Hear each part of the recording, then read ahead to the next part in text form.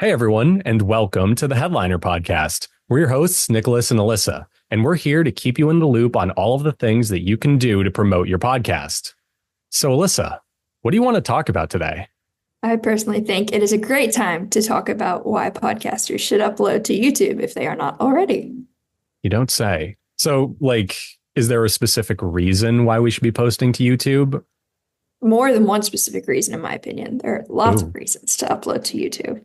So the past 2 years, YouTube has actually been marked as the #1 listening platform for a podcast in the world. So 31% of weekly podcast listeners actually consume podcast on YouTube. And then it's followed by Spotify, which is at 27%. So not a huge difference, but a little bit more of a difference at, what is that, 4%? Right? 4%. 4%. Yeah. That math tracks. That adds up to like millions of people if you actually think about the size of these platforms. Yeah. And then, of course, Apple Podcasts at that 15% there. So those are going to be the big three right now. Well, that's actually such a crazy stat when you think about it. And I saw this stat, I think it was in Pod News this week or something along those lines. And the second I saw it, I was like, oh, yeah, that is kind of weird. And sure enough, it was the same morning I got my YouTube Music Wrapped for the year. And they have a slide dedicated to podcasts. And they were like, you listened to 50 hours of this one show this year. And that's when it hit me. Oh, yeah, I guess I do listen to all of my podcasts on YouTube. How about that? You are a statistic. There you go. I am a statistic. It's me. But, no, it totally makes sense. You think about how big of a website YouTube is, what podcasting is. It's such an ambiguous term. Two people talking is a podcast. A fully produced news show is a podcast, technically. You know what I mean? So yeah, it makes sense that podcasts are predominantly listened to on YouTube. And I do want to say too, the idea of a podcast, we're in podcasting, so we know what an RSS feed is. We know that's a podcast. Every podcast has one. On YouTube, it does kind of blur the lines a little bit just because you're now maybe uploading a video version of your podcast, so you've lost the attachment to your RSS feed. But in the eyes of listeners, they're pretty synonymous. They see somebody with a mic or they see an audiogram and they're like, oh, I'm listening to a podcast. They just kind of inherently know. So it doesn't necessarily have to be RSS based to be a podcast anymore. It's in the eyes of the listeners. Exactly. What really is the difference between a vlog where you're talking to a camera versus a sit down podcast? Yeah, there is a difference, but in the eyes of the average person, that's more of a genre thing, probably. I think podcasting is not on television. That's what people will probably draw the line at. And even then, there are over the air cable channels now that are just podcasts. So yeah, whatever. HBO, they're doing a lot of their new shows, their big things. They have podcasts that follow up that automatically, I listened to a podcast and I was like, what is happening? This is not Sex and the City. And I was like, oh no, this is a podcast about Sex and the City. That's crazy. Oh, they just have that on Max now. Yeah. That is crazy. Max. Yeah, it's fine. So podcasting's more mainstream, but definitely on YouTube, it is the most mainstream. Makes sense. And yeah, I guess for people who don't know why they should upload to YouTube, it's the biggest website on the internet, isn't it? It's the second biggest search engine behind Google. I know that much. Yeah, and I don't think that it's far off from overtaking Google either. Yeah, most people I know just use YouTube for everything at this point. They don't look for cooking recipes on the New York Times or something. They go on YouTube and they're like, hey, I have a bunch of sweet potatoes in my fridge. What can I make for dinner? Exactly. But yeah. And then do you have any info on what the demographic is for people listening to podcasts on YouTube specifically? I have a stat. Of course. So people, especially our age, we're looking at kind of millennials and Gen Z. They're actually also, there's a, math correlation here. But anyways, on YouTube, your audience, it is going to skew a little bit younger. So we do see about 1 in 4 users are going to be between the ages of 25 and 34. So pretty specific 9-year window. But that's a lot of people that are getting on there. But also that same age group makes up 62% of podcast listeners in the US. So that's, insane. So we have 25% of the people, give or take a few percents, are on YouTube. They're listening, searching stuff on YouTube. they're also like super likely to listen to podcasts. So Yeah. not uploading to YouTube, especially if you're trying to target people that listen to podcasts, just generally speaking, that's going to be a huge opportunity for discovery. Not to mention like all the like SEO, all sorts of search stuff, but just in terms of audience size, like that is an insane amount of people and audience pool to tap into. Yeah, that makes sense to me. And I think the one thing that kind of crosses my mind is like, because YouTube is more than podcasting, you do run like, not the risk, you do have the benefit of like potentially getting your episode out in front of someone who doesn't listen to podcasts. And you can be their first podcast that they get into suddenly, you know? You got to think about YouTube as like, it's literally everything on the internet all at once. So if I'm watching, like, I'll use myself as an example. I don't really watch the news anymore, but I watch segments of the news that get uploaded to YouTube after the fact, right? So I might be watching that, but I might want someone's opinion afterwards, or I might want something more on that specific subject. And because YouTube's algorithm is constantly sourcing videos based off of what I'm watching, I might get recommended a podcast, you know? So you're automatically like putting your stuff out in front of people who might just be getting into podcasting as a medium. That's, I don't know, that's pretty valuable, I'd say, maybe. Yeah. Yeah. I mean, there's all sorts of brand studies that if you are kind of that first touch point for a lot of consumers, so not necessarily like thinking about podcasting, more macro to like marketing and consumption stuff. But if you're that first brand touch point, you have a much higher likelihood of actually retaining them over time. So that's, another thing, just not native to podcasting, just general knowledge. Just saying. I do think, yeah, like it comes down to that. Also, YouTube's algorithm is, I don't want to say more advanced. It's just optimized to do other things than Apple Podcasts or Spotify's are. Whereas Apple Podcasts and Spotify, at least in my experience, they're more likely to feed me content from like a podcasting company, for example, like someone with more traditional distribution. Whereas on the ground, hobbyist / kind of like that middle ground podcaster, I won't get recommended their stuff on Spotify or Apple Podcasts organically, but through YouTube, I might. The one thing I've noticed, and I say this every year to somebody, is from like October through December, my YouTube recommendations completely like change. Every year without fail, I get a ton of videos recommended to me from channels with like 1,000 subscribers or less. And more often than not, a lot of those things are podcasts. So just something to keep in mind. You may as well post it on YouTube. You never know. You might actually just have like a huge fan base build there. Exactly. And then especially, we're a headliner. We make audiograms, right? So I have to say it. You do? Wait, this is news to me. We do. As the head of marketing, we do. We have to say it. Great. But, Thank you for reminding me. Of course. Can't ever let you forget that. Yeah. But so you're a podcaster, you want to get up onto YouTube, you don't have to get in front of camera. Like we're sitting in a Zoom call. That's a super easy way, probably free way for a lot of podcasters to achieve that. But you can also create just audiograms. You can just attach that lovely little RSS feed. It'll spit you out a video that you can upload to YouTube, but you don't actually have to show your face. So some people like to just kind of stay anonymous, podcasting.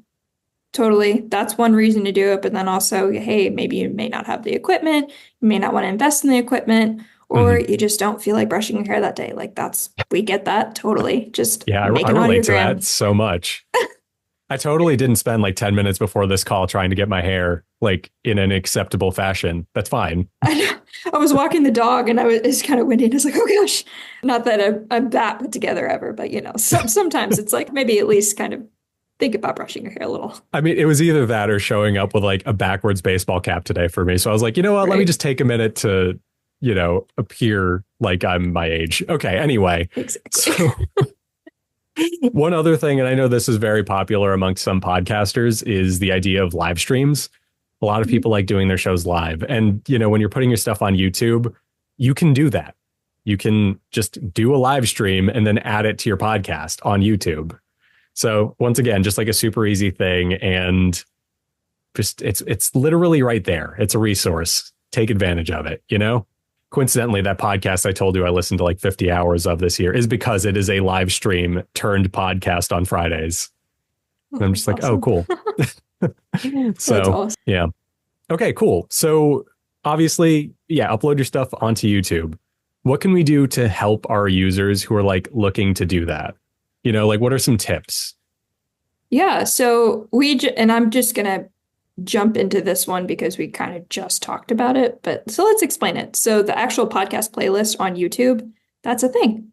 And that's how YouTube is going to help distinguish in its algorithm difference between, hey, you're just uploading a video or you are uploading a podcast.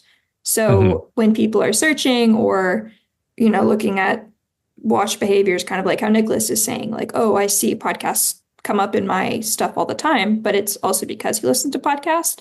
Yep. So by creating that podcast playlist, you're cueing YouTube a little bit more to say like, hey, I am a podcast. So it can better understand and also kind of push you to the right people in that whole discovery path. Yeah, I think it also touches on like YouTube music integration, stuff like that, which also just like a pro tip for anyone who really, really, really loves their podcasts and watches them on YouTube.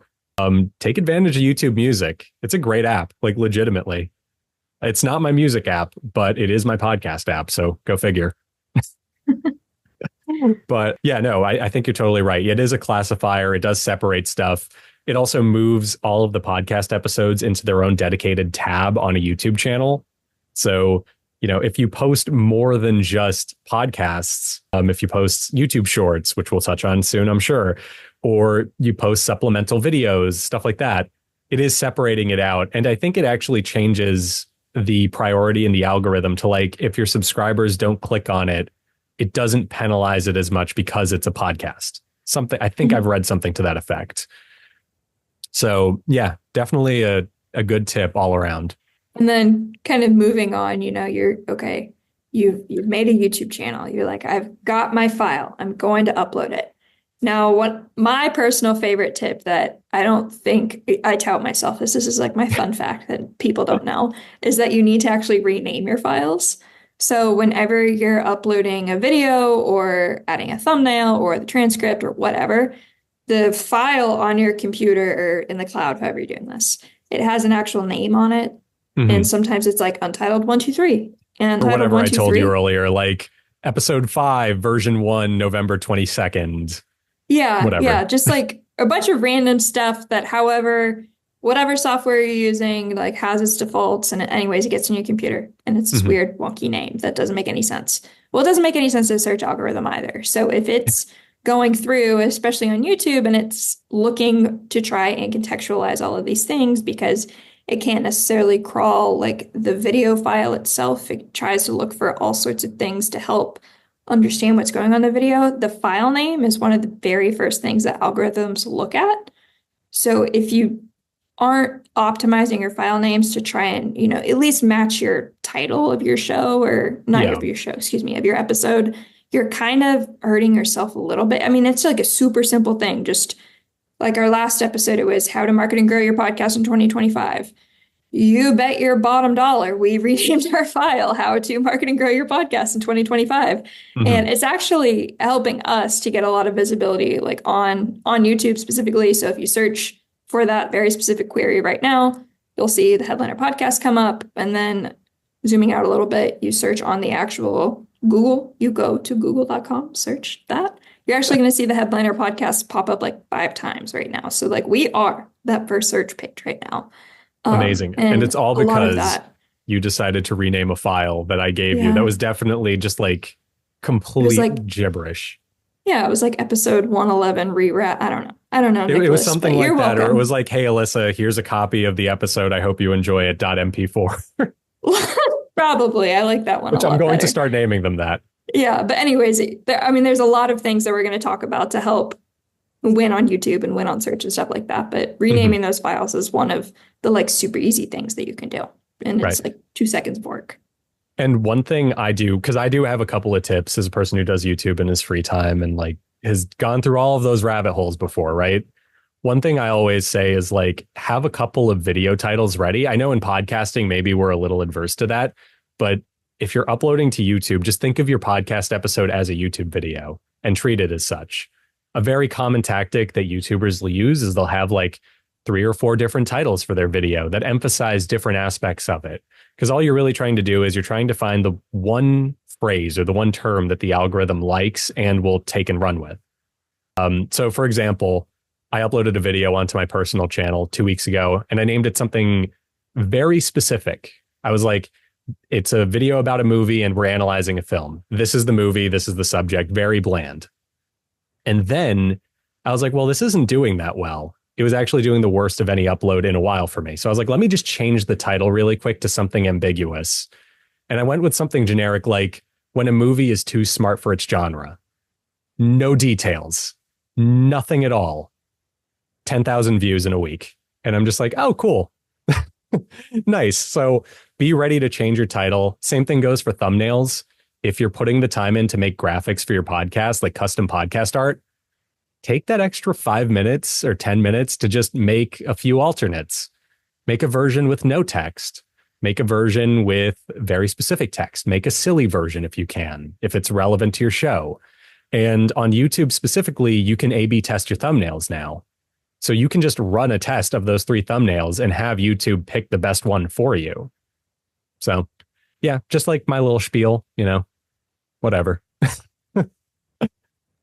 You are chronically online, so. Yes, I'm very chronically online, which I told you could call me for the record. I know this isn't a Slack. This is why I was given permission to say that, and I wanted to say it before I forgot it. But anyways, yes, Nicholas makes absolutely beautiful YouTube videos and is always just the person to ask about YouTube. So yeah, listen to him. He knows what he's talking about, man. I do. It's one of the few things I do know what I'm talking about with. But then also thinking about more tips, transcriptions. Those are another really great thing that podcasters have at their disposal. Headliner, we do offer free transcriptions. So whenever you go into Headliner, you'll see that pink transcribe button. Click it, it'll take you on over to Eddie. You can get a free transcript that you can upload to YouTube, and it will actually name your file for you automatically. So it'll have everything already pre-optimized for you. But anyways, transcripts, similar to the file names, that's something that YouTube and search algorithms can kind of look at to better index and crawl. So you've got this massive text file that's like thousands of words, and it'll be loaded with all sorts of keywords. So it really does help kind of those algorithms better contextualize. So adding transcripts is also going to be one of the super easy wins that you can do to kind of help optimize those YouTube videos as well. Yeah, exactly. And, you mentioned the fact that we provide transcripts. We also provide a super nifty feature on Eddie where we can actually give people blog posts and other supplemental content. I think we give episode art also and stuff like that. Mm-hmm. So, hey, going back to that thumbnail thing, if you're going to A/B test some thumbnails, you may as well use one of ours at that point. So, yeah just saying. And then there is one other thing. I was kind of talking about like video upload titles, and then I gave an example that was contradictory to what I'm about to say, but this is still very valuable. I promise, because like I know what I'm talking about. Remember that we just established that 10 seconds ago. So one thing you can do obviously is use keywords in your video titles. That's super important. You want to be able to do that. You want someone to be able to look at your video in most cases and be like, oh, this is a Dungeons and Dragons podcast where somebody gets lost in a forest and something bad. Like you want them to know what they're clicking on, usually. And the one tip that I have as like a sort of add-on to that is YouTube titles support 100 characters. Feel free to use 100 characters if you can organically do that. On most browsers, they cut off at 70 characters. So keep that in mind. Use a website. I always Google word counter, like always, just so I could like test my titles to see how long they are. And use those tools because then you can actually optimize how much information your viewers get. And then the last little side, tangent for that is do like an inverted pyramid with your title. That's a technique a lot of journalists learn. You put the most important stuff first, the who, when, what, where, and why sort of stuff. And then the longer their articles go on, they start to trickle down the information into stuff that can get sliced off by the editor. Do that with your title. Start super, super important. and then just gradually, taper off and then cut whatever you don't need. So yeah, that's my little tip on titling stuff that I don't follow sometimes. Sometimes, just sometimes. Sometimes, yeah. You got to keep people guessing. But then kind of the last tip that we have for the day is going to be just looking at giving YouTube Shorts a try. Mm-hmm. So YouTube Shorts, it's in terms of YouTube, it's relatively new, but it is growing and it's getting really popular. Lots of people are using it. We're actually seeing that Shorts are getting over 70 billion with a B views a day. Like that's an insane amount of eyes. Yeah, that's 10 times the Earth's population, by the way. Yeah, like crazy. Yeah. And so just thinking of, once again, if you're trying to get discovered, if you're trying to get your podcast in front of new people, great way, super easy. Again, Headliner, we have really easy clipping solutions. So whether you're doing video podcasts, audio podcasts, you want to mix and match, you can totally do that. Just creating those clips is going to really open you up again to create another touch point with people that don't listen, create a touch point with people that are subscribed, but then of course get you down into that larger discovery pool. And I had mentioned that the Headliner podcast last week were doing really well. If you're on search, we're actually half of the searches, we created different clips. So half of the first page renders when you go to Google are actually YouTube Shorts that we had made and uploaded from the show. So super easy discovery, not only on YouTube, but also on Google. And of course you can chop it up, send it out to other places and stuff like that. But on YouTube, sure, very specifically, definitely try, if you aren't already, creating those YouTube Shorts to get some more eyes on your show. Yeah. And it's also worth mentioning some stuff on YouTube Shorts that you can take advantage of is the fact that you can attach your short to a full video now. So you could put a 30-second segment from your new podcast episode there. And just as your call to action, right under the title for the video, I believe, will be a button where someone can click and go to the full episode. And that's just a level of like vertical integration that you don't see on Reels or TikTok unless you're running a paid ad. In which case, yeah, there is a click now button that will send you to YouTube, but you could just have that on YouTube Shorts for free. So please take advantage of that. Take advantage of that and use our automation tools so that you can have regular clips reminding people to click that neat little button, Just, helpful stuff. Small rants. Small rants. I mean, it's helpful information, Oh, 100%. I mean, I didn't know that part. So now I'm like, oh crap. Like this is why you need a terminally online person on the podcast, right? Elissa. I mean, right. We both are learning things and hopefully educating podcasters on YouTube as well. Obviously. But yeah, and then as far as what your clips are, I mean, you said it. They could be repurposed clips. They can be original content if you want. You could literally take like your episode and do like a 1-minute wrap up of it as a YouTube short if you want. Like, hey, this is the episode. It's all about X, Y, and Z. Here's a couple of tidbits that didn't make it into the episode maybe or whatever. Go watch the whole episode. Click that pretty button Nick's been bragging about because he's just so darn pleased with it. Exactly. But yeah. Anyway, I think as far as tips go, do we have anything else you wanted to share with our users? Or I think we kind of covered our bases. I think I'm all tipped out for the day. Okay. You're tipped over, I guess, right? Like a cup. I demonstrate, but mine's full of coffee and I don't want to deal with that. Let's not do that. Yeah, I have the Stanley that allegedly doesn't spill, but it does in fact spill. So I will not be doing you that tested either. it already. Gotcha. Yeah, we're not doing it. There's electronics. That's some important YouTube short content, Elissa. We need a video of you spilling your Stanley cup over audio of me telling you to spill your Stanley cup. No. Okay, fine. Fair enough. I tried. Okay. Anyway, I guess that kind of brings us to the end of our episode. As always, Headliner provides like a bunch of super nifty tools that are made to do a lot of the things we were talking about. Help me if I forget one, but we offer a episode art maker. We can write blog posts based off your episode. These are all AI powered. You literally just have to ask for them. Don't even have to say please. And it's a button. Just yes, it's a button. Yeah. And you know how much we love buttons. So yeah, you have that. We have automation tools that can literally like go through your episode and clip parts of it for you, then upload them to YouTube. So you don't even have to post them at that point. And then, of course, we have transcription, which is like one of our big, our big features that we've kind of always had. Just really high quality transcription for free. Can't beat free. Can't beat free. Exactly. So on that note, thank you for listening. And we hope to hear from you again soon on a future episode.